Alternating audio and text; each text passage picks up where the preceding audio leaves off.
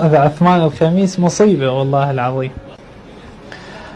مصيبة ما بعدها مصيبة. والله عثمان الخميس طيح حظ التيجاني، طيح حظه. أنا المسلم، أنت من؟ على ماذا تنتقد ديني؟ أنا موحد لا أدعو إلا الله.